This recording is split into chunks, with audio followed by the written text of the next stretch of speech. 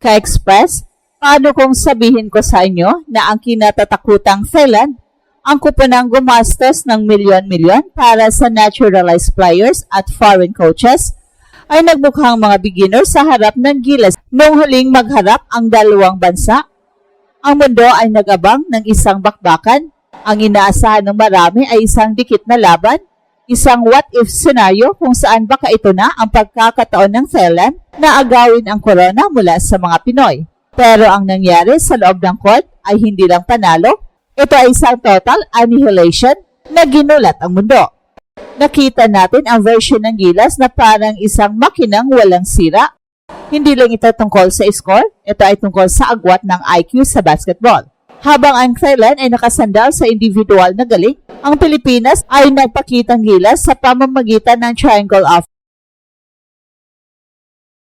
offense na walang butas at depensang tila isang pader na hindi matibag. Ang what if na kinatatakutan ng ating mga kapitbahay ay nagkatotoo na kapag ang Pilipinas ay magpadala ng ating pinakamalakas na lineup na may sapat na preparasyon, ang Southeast Asia ay nagiging isang palaruan na lang para sa kanila. Ginulat ng gilas ang mundo dahil ipinakita natin na ang basketball sa Pilipinas ay hindi na lang basta puso, ito ay science na. Sa bawat assist ni Scottie Thompson, sa bawat tres ni Justin Brownlee, at sa bawat supalpal ni Junmar Fajardo, tila isinisigaw ng Pilipinas na ang trono ay nasa atin at mananatiling sa atin. So ngayon ang tanong na lang na natitira, may pag-asa pa nga ba ang ibang bansa sa Asia na habulin ang bilis at talino ng gilas Team A? O baka naman kailangan na nating aminin na sa larong ito, ang Pilipinas ay nasa sarili nilang liga. Sa loob ng maraming dekada, ang Southeast Asian basketball ay tila isang kaharian kung saan ang Pilipinas ang nakaupo sa trono. Pero sa nakalipas na ilang taon, nagkaroon ng maling akala ang ating mga kapitbahay, particular ng Thailand. Akala nila ang mga pagkakataong muntik na tayong madulas, mga laro kung saan naging dikit ang score, o kaya naman ay kulang sa preparasyon ng ating kupunan. Dahil dito, nag-invest ang Thailand ng malaking pondo. Kumuha sila ng mga world-class coaches, nag-recruit ng mga naturalized players mula sa US at Europe, at binuo ang isang sistema na ang tanging layunin ay itumba ang gilas Pilipinas. Ang what-if scenario sa kanilang isipan ay simple, what if ito na ang panahon na mas malakas na kami kesa kanila? Pero nang lumapag ang Team A, ang pangarap na iyon ng Thailand ay nauwi sa isang bangungot. Ang ginulat ang mundo ay hindi lang ang resulta ng laro, kundi ang paraan kung paano ito kinuha ng Pilipinas. Hindi lang ito basta panalo, ito ay isang deklarasyon ng kapangyarihan. Dinala niya ang isang bagay na matagal nang hinahanap ng Philippine basketball, structure. Sa ilalim ng kanyang pamumuno, ang gilas ay hindi na lang basta tropa ng mga bituin na naglalaro ng hero ball. Sila ay naging isang unit na bawat galaw ay may kalkulasyon. Dito natin nakita ang lantarang mismatch sa basketball, merong tinatawag na skill level at meron ding basketball IQ. Ang Thailand ay may skill, yes. Meron silang mga shooters at matatangkad na imports. Pero sa basketball IQ, doon sila tuluyang naiwan ng Pilipinas. Ang agwat ay makita sa bawat rotation ng depensa, habang ang Thailand ay nahihirapang hanapin ang kanilang mga kakampi sa loob ng court. Ang gilas naman ay tila may mga mata sa likod ng ulo.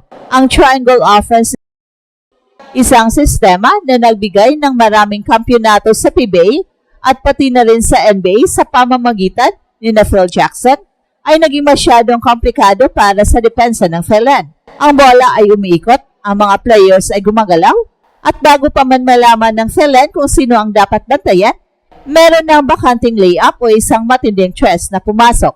Ang physical na aspeto ay isa pang kwento. Ang Team A ay binuo ng mga pinakamahuhusay na atleta ng bansa, sina Junmar Fajardo, Sergio Perez, Scottie Thompson, at syempre ang naturalized king na si Justin Brownlee. Sa harap ng Thailand, ang mga malalarong ito ay magmukhang mga higante, hindi lang sa tangkad kundi sa caliber ng laro. Si Junmar Fajardo sa kanyang laki at karanasan ay naging isang pader na hindi kayang tapatan ng kahit sinong thigh big man. Bawat rebound ay sa atin, bawat gapangan sa ilalim ng ring ay kontrolado natin. Ramdam na ramdam ang frustration ng Thailand. Nakita sa kanilang mga mukha ang kawalan ng pag-asa nang mapagtanto nila kahit anong gawin nilang adjustment, palaging may sagot ang Gilas. Dito napatunayan na ang agwat ng basketball sa Pilipinas at sa ibang bansa sa Southeast Asia ay hindi lang usapin ng kung sino ang mas mabilis tumakbo o mas mataas tumalon. Ito ay usapin ng kultura. Ang basketball ng Pilipinas ay parang relihiyon at ang Team A ni Coach Tim ang naging mga apostol na nagpakita ng tamang paraan ng paglalaro. Ang Thailand ay nagmukhang isang kupunang sinusubukan palang intindihin ang laro, habang ang Pilipinas ay nagsusulat na ng bagong chapter sa kasaysayan. Ito ang simula ng pagpapakita na kapag ang Pilipinas ay seryoso at buo ang lineup, walang sino man sa rehiyon ang pwedeng humawak sa corona. Ang what if ay nasagot na. Walang what if dahil ang realidad ay mananatiling asol, pula at dilaw ang kulay ng tagumpay sa court. Marami ang nagtatanong, ano nga ba ang pinagkaiba ng Gilas Team A sa mga nakaraang kupunan? Ang sagot ay nasa sistema ni Coach Tim. Sa loob ng maraming taon, sanay ang mga Pinoy sa puso at sa bilis, pero sa ilalim ni Coach Tim, ang Gilas ay natutong maglaro ng may pasensya. Ito ang triangle offense, isang sistemang nakabase sa spacing, tamang pagbasa sa depensa at walang tigil na paggalaw ng bola. Sa harap ng Thailand, ang sistemang ito ay naging parang isang chess match kung saan ang Pilipinas ay palaging 3 hakbang na nauna.